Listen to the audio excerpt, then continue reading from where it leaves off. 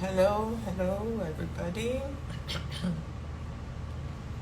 Hi. Good evening.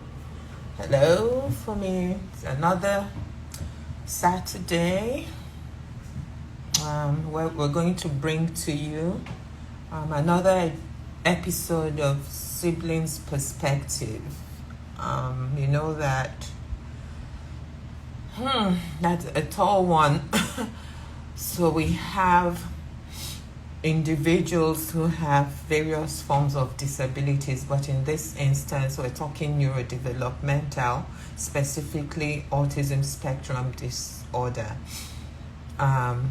What we've seen that happens typically is that parents, we all focus on the individual who's got the need, as it were, and we just focus on them, and perhaps not consciously, but we just don't give enough attention sometimes, and not out of intent, to the others. Hi, Ken. Hi, good evening. Evening. So I was just telling folks about what we're going to be doing today. So we don't usually pay a lot of attention to other children, or the siblings of the individuals. And when that dawned on me, um, from watching my own daughter interact with her sisters, I realized that we actually do need to create a space for siblings to tell us what they feel, what they felt, what it's been like, with the aim of hopefully having parents and other caregivers um, learn what not to do or repeat it, or if they've been doing something that they could turn it around and do it better. So we've had a couple of people, and today we have Tein Karibi-Whyte joining us. And in a bit, we're going to have him introduce himself. It's free flow. The older my guests are, the more time they have, because obviously they would have lived through the process a lot longer. So if they're basically below teens, like 7 to 9, 10, we just let them be after a while. But when we have older ones like 10, we really want to hear them out, because they've actually lived the experience for quite a bit. So 10, I'm going to let you take over, introduce yourself as much as your whatever it is, however you want to introduce yourself, and the floor will be yours. And if you say something that maybe I'd like you to amplify, I would interject and have you, just give you that prompt so that you can. But basically, from age zero to where you are now, whatever it is, don't feel like you have to have it all coordinated. You know what I mean? Just speak freely and from your heart. So, floor is yours. Go right ahead. Hi, I'm Tein. I'm 18. I'm in uni. My sister is autistic, I guess, hence why I'm here. Yeah, I'm an undergraduate at Queen Mary University of London studying English. Yeah, and I'm happy to be here, I guess. I think that's I think that's it. Yeah. And so when he says he's an undergraduate, that should give you an idea of how old he is. So he's 18, right? Am I correct? Yes, I'm 18, yeah. 18. And he's a twin. Didn't tell her. Disclosure, I know Tane and I know the sister, I know his mom. So I'll probably be telling you a few things if he misses out something, maybe. But he's here. So he's 18. So you can see that this is really a more matured sibling in terms of all the people that we've had. Having a sibling that's 18 and your twin, well, tell us about that. Well, I think a lot of the time, well, from what I've seen, whenever you search like, oh, how will being a sibling of an autistic person affect them, the conversation is always like, oh, they're emotionally or socially challenged, or like there are some things that people will be like, oh, maybe they fall out of touch with other people. And I will say that maybe for the most part that can be true when it comes to like talking to people at a younger age or like being around other kids, and especially when you go to the same school as perhaps your autistic sibling and you're put in that situation where like people ask 100 questions. For me, it wasn't that bad because my sister and I went up to the same school up until year two. So I think up until I was 7. So like everyone knew what was going on. There weren't that many questions. It was fine. Like something might go awry and it wasn't too bad. It'd be like, oh, that's not nice, it's fine. And like I didn't always have to explain. And then we get to that age, like 7, 8, 9, 10, and then all of a sudden, because I'm not in the same institution as my sister anymore, like it becomes I'm not speaking about her so much. And then it's almost like at school I exist as like a separate, not a separate entity, but like as a different person. And so like there and again I might mention her once and then they'll be like, oh, you have a sister? And then it's like, oh yeah, she does. And you're like, oh, why doesn't she go to school with us? And then I'd have to go through the whole thing. And for me personally, it wasn't strenuous or arduous because I had to like bring her up and because of the questions. It was more so the like picking apart, almost like, you know, the dissecting of it all, like, oh, like what degree of autism does she have or something like that, or like how bad is it, like all those questions. And then you're kind of just like a 10-year-old boy being like like I don't know, like please stop. And it's just one of those, it's one of those things that never goes away, because even up till today, like I'll mention her or I'll mention something we were doing and then he'd be like, oh, you have a sister? And I'm like, yeah, I have a twin sister, she's autistic. And like, oh, like, oh, the worst one is, oh, I'm sorry. It's like she doesn't have like cancer or anything. Like it's not a great tragedy. She's neurodivergent. It's not like life ending, should I say. Mm-hmm. Yeah, And yeah.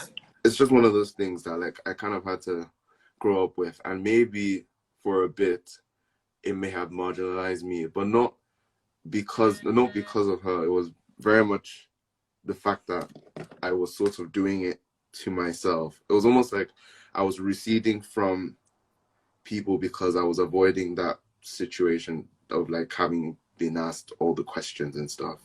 And it's a bit, Mm-hmm. yeah.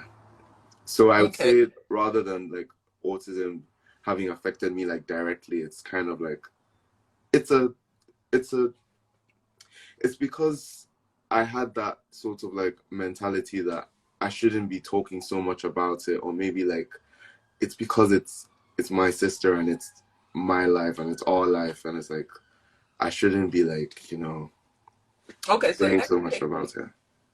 when when you said like when you were 10 and you're like, oh, stop, guys, why did you want them to stop? Was it because did you have like a full understanding at that moment what being autistic entails?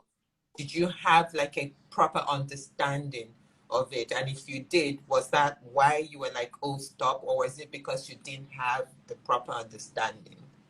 I think I want to say it was mostly because I didn't really understand what it was, but I would say that I was kind of aware. I just didn't want so many, like, I didn't want it to be like a spectacle or anything, because like, Mm-hmm.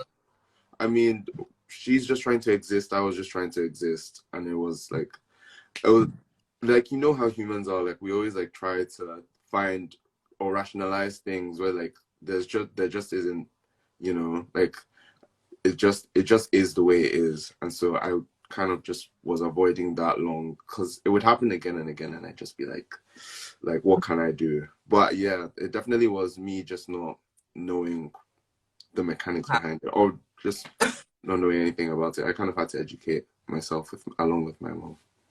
Okay, so do you think there's anything maybe parents or people around you could have done better at that age to help you understand what it was so that you could interact better with your, in whatever setting you found yourself?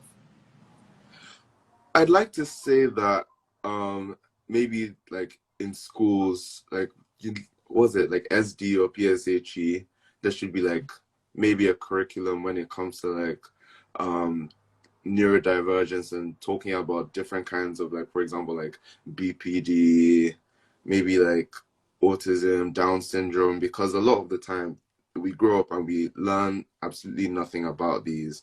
And it's not until like you go out on your own and you start reading about these things or you watch a certain documentary or movie that you like enlighten yourself a bit to like that Mm-hmm. sort of thing being a reality.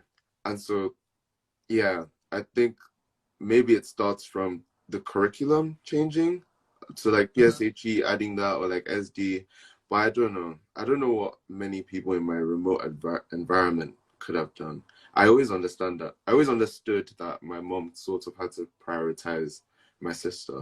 But there was always that thing where it's like, oh, like we have nothing to worry about because like Tain's Tain and stuff like that. And it was always a bit like, I do kind of want you to worry about me a little. But like Exactly. So, there's always a know, take, what you just said, amplify that a bit. So there was all that attention focused on her, and you're there thinking, well, I'm here. So what in that moment, what are some of the things that you kind of felt or emotion, the emotions, where were you mentally? Because like I said, it's what you just said does happen and it still happens. And it happened to me. It took me almost 19 years to figure that, oops, that, fine, everything was happening like clockwork, but there could have been more. So what was that? What was like going on? What could have been different, I guess? I don't know, I guess because when I was younger, I went through a lot of extracurriculars that like I just didn't see through. Like I guess my sister was always doing things and I guess I put on the illusion that I was also preoccupied with a lot of things. But like I guess it was just me floundering. Like I did taekwondo for a bit and then I quit. And then I was doing golf and then I quit. And then I was doing horse riding and then I quit. And then I was doing, what was I doing? What else? I did art for the longest time. Mm-hmm. And I mean, I still kind of do it, but like it's not, I'm not as passionate as I was before. And a bit of me always kind of felt like I was always like sort of trying to occupy my own time with other things to like Mm-hmm. fill the time when like no when like people were focusing on an area and I was kind of like I have to like put my head down and do my own thing. Your own Um thing. but So, go on. but I don't know, I guess at the same time I kind of also just wanted for my parents to like feel like it was okay because like I don't hold it against them like them having to prioritize on I like I understand it as I said like I perfectly Mm-hmm. understand the need for Mm-hmm. that but I also do I wish that like sometimes they were like oh no don't quit taekwondo and oh no why did you stop swimming because like it's not that they didn't ask ever. They did, but like that wasn't up until like last year or like 2 years ago, which was like years after I had quit it. And they were like, oh, you quit Taekwondo. And I was like, yeah, I did. But yeah. Exactly. So I was just going to ask you that, if you think about it, like we do when we talk about behavior and responses, and you at that time, 10, 11, was it, if you think about it now, the problem like what you've said, might it have been sort of you trying to gain that same attention? Yes, even though you rationalized the attention your sister was getting and you wanted. So do you think those are sort of, it may have played a role in your quitting all these things? maybe. I mean, the taekwondo thing at first was definitely not my. I definitely didn't want to do it at first, and then I just found it to be like not an escape, but kind of just something to do to like occupy the time. And then Mm-hmm. I didn't consciously do it thinking like, oh, like to take the burden off, because of course I was young. I wasn't really thinking about that. But at the same time, I kind of just I thought it was better if I was just like doing my own thing, like physically away, so that like, Mm-hmm. because it's easy to feel like you're in the way when they're like trying to like have some like breakthrough or like some therapy with an area, and like I don't just want to be like in the background, because a lot of the time I was like, oh, Tein, you're distracting her, because she'd like laugh at me like from the, or like she'd see me from the corner of my eye and she'd like get distracted, and I'd have Mm-hmm. to like physically move away. So I didn't. I always wanted to be there, but sometimes it was like I felt a bit like an obstacle. An obstacle. Okay. And you didn't really explore or try to have that discussion with your parents saying, oh, I would really love to be part of this. I mean, support in whatever way by just being there physically as well. No, I didn't. But I guess not because they didn't make it as if I couldn't. Not because they didn't facilitate an environment where I could talk to them about that. I'm pretty sure they did, but it was more so just because I don't know, it didn't bother me that much at the time, I would say. Mm-hmm. I don't think it bothers me too much now. It's more so Mm-hmm. like in the back of my mind, I'm like, what could have been if I had just like said something. But I mean, I don't, as I've said, I don't really hold it against them Yeah. or anyone. Mm-hmm. Yeah. Yeah. Yes. So is there anything that you wish could have been different in terms of, I mean, I know, yeah, giving you more attention, but anything else that you think could have been different or done differently? Um, my sister went to South Africa for her therapy, for her training from like year five up Mm-hmm. until when I was in, so that must have been like 2012. No, Mm-hmm. 2014, 2013, 2014, because I must have been year five. She left Nigeria. She was basically in South Africa long term, and she was there up until I was in year 11, which was 2020. So Mm-hmm. we were apart for a very long time, like Mm-hmm. from when I was 10, and then she just left and she like wasn't in the house anymore. And it was just like it was quite different because I mean, my mom always had to travel back and forth, so I didn't get her as much either. But then, and my dad was working all day, so it was kind of just like I'd come back home and it would be like empty, and it'd be like, oh, but like it was something that I got used to. And I mean, I knew that she had to go because like we tried everything in Nigeria and it Mm-hmm. wasn't it wasn't working, so she had to go somewhere where they'd be better able to like meet her needs. Mm-hmm. What I will say is that like it affected me a little bit just because like it threw me off. Like Mm-hmm. in as much as like Onari adjusting to her new routine in South Africa was a very like big thing that my mom tried to get through. It like threw off my routine as well. But obviously Yeah. I'm not autistic, so it didn't like have disconcerting effects on me to the extent Mm-hmm. it would her. But it was a bit like it was I don't want to say shocking. It was weird. It was weird. It was a weird time. Like that Mm-hmm. month, 2 months after, when like Mm-hmm. it looked like Mary wasn't there, like the sound wasn't there. She just wasn't there. Like the noise of her during her therapy in the other room just wasn't there. And it was Mm-hmm. weird. It was weird. I wouldn't recommend if you're like a sibling of an autistic person and all of a sudden they're just gone, because you grow accustomed to it. Like you think you're never going to grow accustomed to it, like the noise and the like the running around but then suddenly they're gone and you're just like in shock. but I understood that it was something that had to happen. It's Mm-hmm. just it was a bit disorienting, and I wouldn't recommend it unless it's really like your last avenue, which I'm pretty sure it was. Mm-hmm. So Okay. yeah. Well, yeah, so you didn't have, you weren't prepped enough, or were you prepped enough to know that that was going to happen? Separation. I was like I was told like I had a long-ish conversation with my mom about it, I think, from what I remember.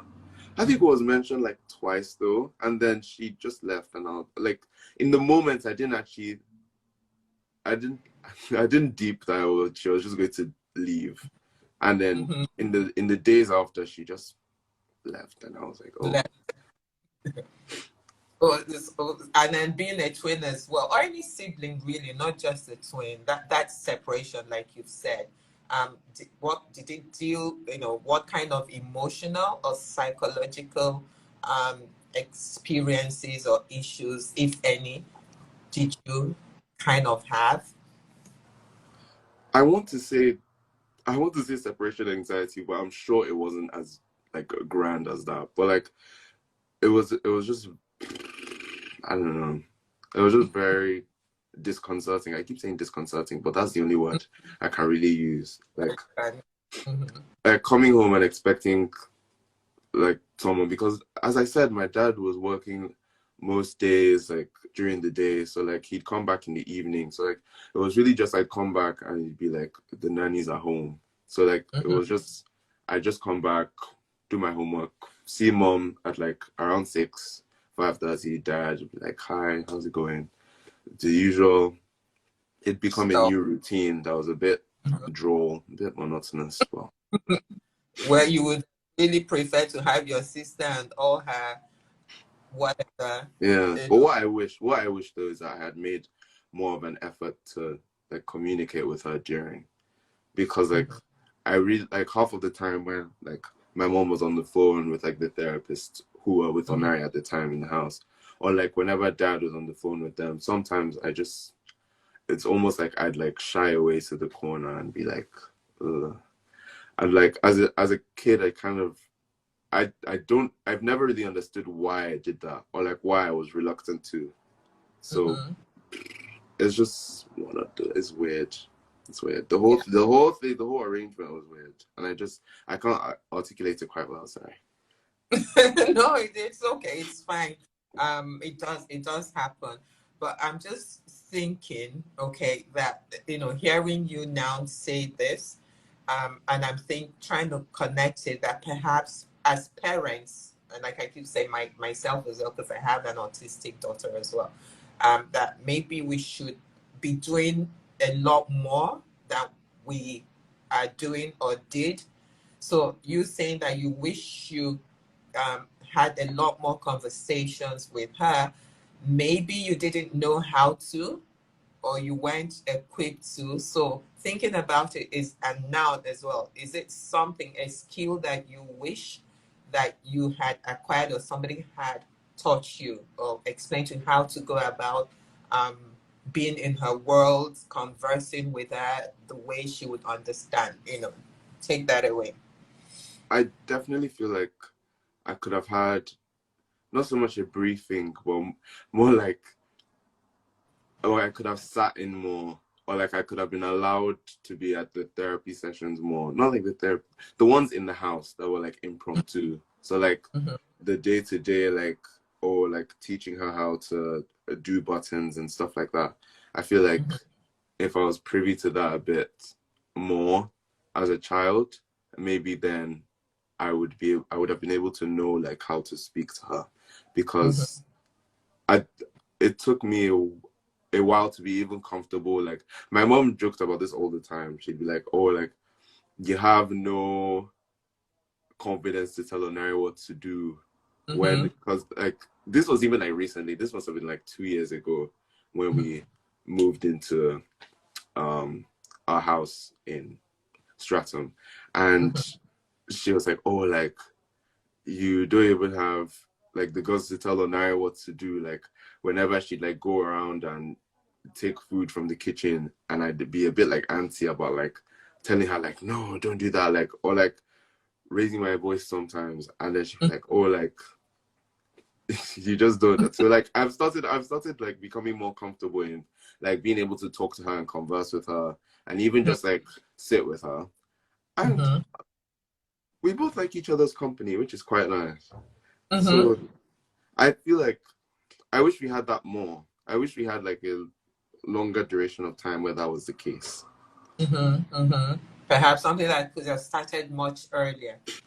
That's very insightful, because then what it, that's the whole essence or part of this. Because when we, when you say these things, hopefully other parents or people on now listening, or who would play it later, can take that away and say, okay, how do I involve everybody else? How do I involve siblings? How do I, what can I tell this child to do with their sister or brother that can actually bring them closer? That's the sort of thing that I'm hearing from you. Mm. Yeah? Okay. So what's it, I mean, apart from sitting and being comfortable in each other's company and with yourselves now, what else, what else you think has changed, and what do you think can get better? What do you think can get better? Or what else can change and what can get better, I guess. I think I don't know what can get better. I think our relationship right now is Onari and I's relationship right now is quite good.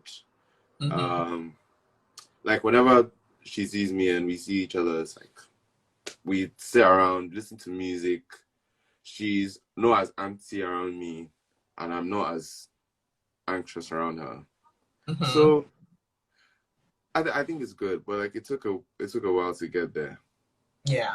Yeah. And I wish it didn't. I wish it didn't take so long to get there. But it was more on my end, because she would reciprocate. The more I became comfortable around her, the more she became comfortable around me. Okay. So what could have been done differently? You keep saying that comfortable around her. So I'm just trying to figure out what could have been done differently, either facilitated by parents or the, whatever environment, to get you to be comfortable around her, or, that you could have become more comfortable. Or what was it about the situation or her that you weren't comfortable with? I feel like because Onari had like a very different schedule to our day, it was Mm-hmm. always like it might be dad, mom, and I sitting together, and then dad would put something on like African Magic or the Johnsons, and then Onari would be like going from her room door to the door that leads downstairs for like dinner, because she usually has had dinner like downstairs, like away from us, Mm-hmm. because like they were worried that like she might get up and start like roaming around. And sometimes I was like, could she not like come and sit with us sometimes, because it was I feel like because her schedule was so like apart from our own daily routine, it sort of like set us adrift a little bit, because it was like she couldn't even like sit with us sometimes, not all the time, but like sometimes, because like she might have her sea, the bath that she had with like sea salt or something, not sea salt, it was like a weird soothing skin Thing. salt that she liked, Mm-hmm. the sensation on her body. I don't know. But she'd have that, and then she'd like be dressed up in her pajamas, and then she'd burst out the door and be like, "Hey, Onaya," and she'd like grunt and then go downstairs and eat. And like we wouldn't be sat with her. And it was quite, I don't know, you grow used to it, but it's still kind of sad to think about now. Because like we could have all sat together, and like we did do more of that eventually, with her like sitting with us, where it was a bit sad the way that like we didn't do that stuff. We did when we were younger, and then at a certain age, whether it was like 7 or 8, we just stopped. like whether Mm-hmm. it was around that time that I started going to a different school and our schedules just stopped lining up. Mm-hmm. It started to like materialize more even at home. Mm-hmm. Okay, so maybe consciously, so because I just want everybody to get this bit right. So maybe more consciously making an effort and creating those opportunities for you guys to have been together may have helped, even though your schedules were different, as it were. So maybe putting in a calendar saying, okay, um, every Wednesday or whatever, we're all going to sit down to have dinner or whatever with Onari, or we're going to get more into her world or do something that she would prefer, even if it meant everybody, what did you say, seesaw, whatever it is, everybody else, having their own seesaw or something. Yeah. Yeah. It's I doing. mean, that's what I mean. We eventually did that. And I mean, Mm, even outside the Sunday dinners where we all like sit around the table, or like my mom's like, we have to sit down for Sunday breakfast slash lunch. I mean, we worked it into like, Anari would sit with us when we had dinner upstairs watching TV. So like, I think we've worked it into our routines now. So now. it's better. But like when we were Okay. younger, it wasn't like that at all. And that may have contributed to it, but I'm not an expert. I don't know. Yeah. No, no, no. It's okay. It's not about the ex. It's about what you would have preferred as a sibling. Okay, what you felt you could have gotten out of it earlier than later. And if that didn't happen early enough, like you've just said, it is happening now. So that's a plus. So what we want people to take away as well is that, and we're going to summarize this in the notes as well, is that we need to consciously, as a family unit, make sure that we're all um, including this either autistic sibling or the non-autistic neurotypical one, the neurodivergent, into whatever we're doing. Yeah, it would help. Okay. So anything else that you feel that, I mean, I'm sure you have a ton. I mean, 18. Okay, let's take away 10, but 10 years. Or let's take away 11 from 7, and you have like 11. What else do you think we need to know? Issues. And I'm thinking, her, did any of her behaviors, okay? When I say behavior, just look, not just one, might any of those have contributed to your not being comfortable, you I think it think? I think it did. I think it did when I was I keep going back. But like I think it did early years of secondary school, which is why Mm-hmm. I was a bit like introverted for like Mm-hmm. a long bit of my adolescence. But I feel like I consciously just like not snapped out of it, but I kind of just like forced myself out of my own comfort zone. Mm-hmm. Because going back to the whole like, oh, being the sibling of an autistic person can affect your social skills. Mm-hmm. It can, but also I'd say it affects your social skills as far as you allow it to. Because then it's like I won't say that every sibling of an autistic person has the ability to like just suddenly overcome it, or it's like they're destined to have poor social skills because of this, because they're not. And it's just one of those things that you know you kind of Mm-hmm. have to like work on Mm-hmm. independently. Like sometimes your parents, they could say all the most affirming things to you, like as a parent will want to a child, but like sometimes as like a kid you kind of have to like make the decision almost like by yourself to be like, yeah, like I can't like do that anymore, or like throw yourself literally right out of your comfort zone. Like Mm-hmm. I think year 12 was somewhere around that time where like Onari was living with us now. It was after COVID. not after COVID. Like COVID was still very much happening. It was like very much happening. COVID. We were all in stratum where we were, and I was kind of just like, I don't know what my mentality was at that point, but I was kind of like, yeah, I'm going to like put myself out there for once this time.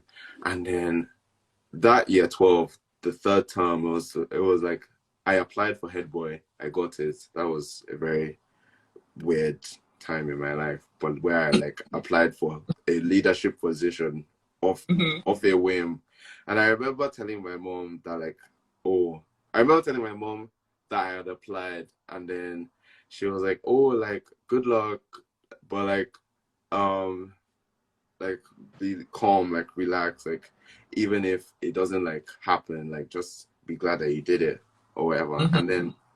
And then I did get it, and I remember her being like so proud, and I like she was shocked, but like I didn't want to be like I didn't want to be offended by her shock, but I was like, oh, thanks. Why were you shocked? Well, I was like, thanks When for. you want to be offended, what does that mean? I was like, why did you think I wouldn't be head boy? But anyway, yeah, I think us being around each other had something a bit to do with that, because like I think it was just the fact that I was like more comfortable at home with her, and then I had just also like just internalized that like that comfort, like Mm-hmm. my own like self comfort. So I was able to like put myself out there a bit more. So I think a sibling's relationship with their like autistic sibling is like very important to their own self comfort. That's not a word, I'm sorry, but it's like I think it's very important, the relationship between like an autistic Coffee. sibling and the neurotypical sibling when it comes to their social skills, because if they're able to like communicate with their autistic sibling properly and fully, and like enjoy each other's company, then there's no reason why they shouldn't be able to communicate properly with their neurotypical friends and like others. Mm-hmm. And then, of course, having more information about what autism is has, probably has it played a role as well in the way you relate to your neurotypical friends now, unlike before? Oh, it affects it a lot. Firstly, because I'm educated on it somewhat. Like whenever people say slurs, I'm always the one that's like, let's not say that. I'm like, let's not say that word today. Mm-hmm. And then Mm-hmm. like sometimes it puts me in a position where it's like, oh, Tein, the social justice warrior is here again. But it's also like please don't say it, and then like we have like maybe like a frank discussion about the whole thing, and then it, like like who your friends are, because like they know what like triggers you and what might offend you, and then it's like, oh, don't say sorry to me, like I'm not neurodivergent, but it's like something to think about, like because the thing about autism is that autism is not, as far as someone can say, oh, like, oh, they might be able to tell that Onari is autistic. Like, not every autistic person has tells, quote unquote. So it's not a presenting like neurodivergent um condition. So it's not something you can like look at someone and be like, oh, maybe they're like, oh, they're autistic or something. Like, it's not. No. So it's like being that person in the group where others have to, it makes people aware that they have to be careful of what they say. And I'm glad that Mm-hmm. I can be that for other people. But at the same time, I also had to like teach myself, because I found myself using certain words from time to time, like year 7, year 8, year 9, and I had no idea what it meant until like I watched certain things, or like I read certain Mm-hmm. things online and stuff, and I never really realized the full grasp of what I was saying, which is what I was talking about earlier, about like maybe the curriculum maybe needing a change in terms of PSHE, because I think Mm-hmm. that's something that's very important. It was only last year that in my school I kind of had to give a presentation about like slurs, and I Mm-hmm. mentioned it, And a couple of people were like, "Oh, but like nobody's autistic in here," and I was like, "Yeah, but my sister is, and I'm personally offended." But like even so, even without having an autistic sibling, you should be offended anyway. I'm sorry, I feel like we've gone on a massive tangent, but Oh, no, no, it's all part of it because I was going to get to that about so the more information you have, and it's not just about the older we get. What we want, okay, as a, a person that has a neurodivergent sibling, okay, what apart from the curriculum, I'm just thinking, how do we empower you guys more? Just not just giving you the information. I guess information and knowledge is really what you need, but what else can be done to help you all um, just create more awareness and be more of advocates for your siblings because it takes everybody, so you've given this presentation on slurs, but what else can be done? yeah, what else can be done? What else can be done? You could, well, I could, I guess. I could, I don't know what I could do as a sibling of an autistic person. I guess I guess I could do more, is what is the grand takeaway of the whole thing. Cause like Yeah. I could say, oh, I've helped my mom like with admin stuff, but not really. Like, I mean, I'm not the one running it, but I like I might help. She might ask me to design something like a poster or something, and I might do it. But like, I mean, only because she asked. Like, I didn't go out of my way, and maybe I should stop. Like, that is a good point. Yeah. Hmm. Hmm. Okay. Okay. So, if you were going to leave any advice, well, for parents with neurodivergent children for their neurotypical offsprings or the siblings, what would that be? I think what I would say, if there isn't any other avenue, you should try not to separate your autistic child from your neurotypical one. Just because your neurotypical child, it it might strain their relationship.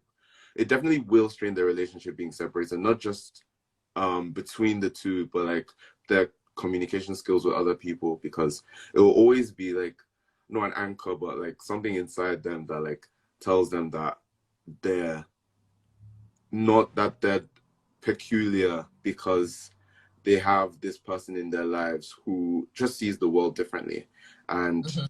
you'll you'll want to shy yourself away from other people because of that, and you won't be able to like give yourself fully to other people in the way that like they might ask personal questions and you might not want to answer because like you're afraid of how they might react, or like you're afraid of explaining everything, stuff like that.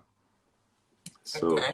yeah, I'd say like if there isn't any other way, if you must to do, then of course like you might need to separate the autistic child if like there's no avenues available for them to be learning or educated where you are, then Mhm. fine. But like it's best as possible to try and maintain that Yeah. relationship because it affects all aspects, I'd say. Mhm. Mhm. Okay. And for siblings, what would you Well, tell for them? siblings like myself, Yes. um to do more, to like try to like consciously try and do more, because I mean our parents aren't here forever, and at some point it's going to be us, even if like they're not even if they're not going to like live with you, like we still have to like pay attention and keep an eye out, because at some point in our lives it's going to be us looking after or taking care, being there, being present. So Mhm. like we have to like make the conscious effort to like endow ourselves with the skills to be able to communicate with them and have a good bond with them, so that like later in life it's not too late and we're not teaching ourselves the things that we could be learning now and, you know, making mistakes. Something just popped in my head. So do you have, like, what are your fears? Any fears that you have being, having an autistic sibling? Any fears at all? Fears. Fears bring yeah. My friend, if I like brought a friend to the house and they like react negatively, or like if we're like, imagine if we're leaving and then Mm-hmm. she's like, and then they're like, oh, why is she so weird or something, or like, oh, why is she so odd, and like Mm-hmm. friendship over immediately. But like it's just, it's something that's always in the back of my mind, like how are they going to react when or if I bring her up, or like what are they going to say Mm-hmm. Oh, we love. about that. And like when I was a kid, I definitely thought about that a lot more than I should have done. But I think just having faith in people, because people will surprise you. That's one of my greatest fears with regards to my sister and people in general. So like bringing Yeah. people over and then meeting her. But yeah, Okay. Yeah. Okay. I What don't have about? many other fears with regards to autism and my sister. Not really. Yeah. Have you ever thought about what it would be like if parents are not here anymore and it's just you and her? Ooh, yeah, I have actually, and I Mm-hmm. thought that might be really scary, because I'd be like, well, firstly, I wouldn't I wouldn't have the means to live with her by myself and like accommodate for, also because um Anari can do a lot of things, not enough to live on her own. Mm-hmm. Especially because I'm a guy too, so I feel like I'd need like a woman or like a female person there too. But like, of course, I have family members who could, but at the same time, it's just, I'm thankful for my mom. Is what I'm going to say. Yeah. Very, very Great. thankful. Thankful for your mom. Yeah. She does do quite a bit. You know, she's there, fully hands on now. Well, that's great. Well, Tang, you've done lovely. Does anybody else still have any question? I think you've taken the one on social. I don't see any other questions. So I will be asking you if you have any parting words, anything else you would like to say to us? Um, Not really. I'm sorry, but I don't have any parting words so far. Thank you for having me. Yeah. Thank you so much, Tang, for lending your voice. Okay. So Oops, someone sent a question. did your parents set any rules for you all to adjust to a condition? Oh, okay. Oh, um, not really. We didn't really. Did I get any rules? Like, well, we don't give her music a lot during the day so that we don't give her like sensory overload. Because Mhm. I've noticed this about Onari. Onari will ask you to play the TV. She will have her iPad. She will ask for a phone so that she can have three things blaring at her. Because like it's like she's trying to trigger her sensory overload, and I'm just there like, no, like wrong. So we try not to, unless like it's like towards the end of the day, we know she's tired, she's had school. Okay. All right. But yeah, Right. So thank you so much for honoring us with your time, sharing your life and family position with us. And we just pray that this information out there, when people hear it, they're going to have, pick up a couple of things to do better as either parents or siblings. Thank you so thank you much, for Tim. having me. Thank you. And we shall all keep doing our best to encourage you siblings, right? And ensure that you also have um, the life that you want, that would necessarily just keep revolving around your siblings, just to recognize that you all are in your own independent entities, even though you have siblings that are neurodivergent. Okay, so we will try to do our best as parents and improve on our own behaviors as well. So thank you so much. Thank And you. Thank you God for bless having you. me. Yeah, you're quite welcome. Thank you. Okay, you can just click and Okay. go. Yeah. Bye. So, Thank you. bye bye. Okay, thank you everybody for tuning in. And we will summarize the learnings and put them in the comments section when we do upload. Do have a lovely rest of the evening, and we will see you in December for the next session. Okay, with so many people lined up, and if you do know anybody, do DM us, and we will schedule them in to come and also share their own views and their perspective. Thank you once again, and have a lovely evening.